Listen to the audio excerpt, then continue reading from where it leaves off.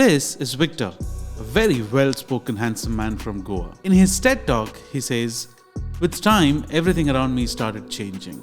I saw the very fields that I played turn into housing societies.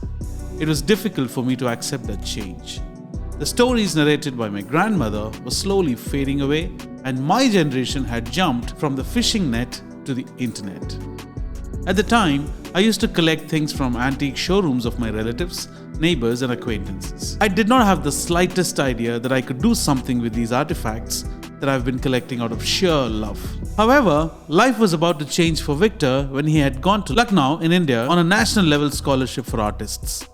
This would change the direction of his career and life forever. He was shocked to see that the beautiful things and antiquities that belonged to a Nawab family were being sold on the streets of Lucknow twice a week. He decided to come back only to realize that things were even worse in Goa. A number of antique shops have cropped up all over the state, and the history of this land is disappearing one piece at a time. They say one man's trash is another man's treasure. Trash, turned out, was years of history and culture. From utensils used in the ancient times to the religious artifacts of the past, from the collection of farm equipment to the hospital equipment of the Portuguese era, this museum, Goa Chitra, has housed everything. Not just that, it is being well maintained and protected. There's years of effort, hard work, and persistence that went into setting this museum up. I traveled to remote areas and started collecting things I could. I decided to save what was left of Goa. I brought them all home, restored them, still not thinking about setting up a museum, says Victor. The museum welcomes you with a 450-year-old stone chariot that's stationed right at the entrance. This was apparently brought from the state Andhra Pradesh. I was from Andhra Pradesh and I didn't know about it. This fascination started with the ancient stories of his grandmother. This curiosity translated into a sort of obsession about ancient history, culture, or things that were being used by the ancient times. Or should I say about preserving these things?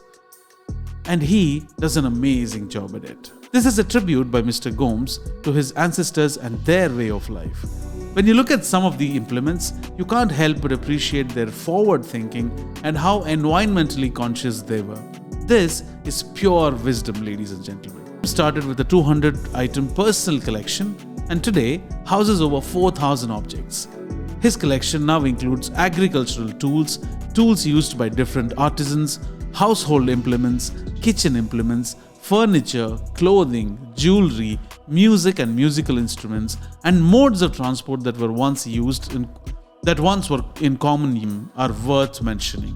They are so passionate in explaining the objects, the purpose they served, and the reasoning they provide you, which is phenomenal. This museum transforms your time from a mere visit to a museum to an experience, to an entire experience.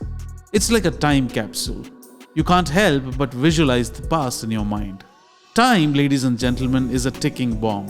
As we speak, hundreds or maybe thousands of objects and knowledge pertaining to them is being washed away in the name of modernization. It may not be our passion to save these, but it only makes sense to support someone who is already doing it, and in such a phenomenal fashion.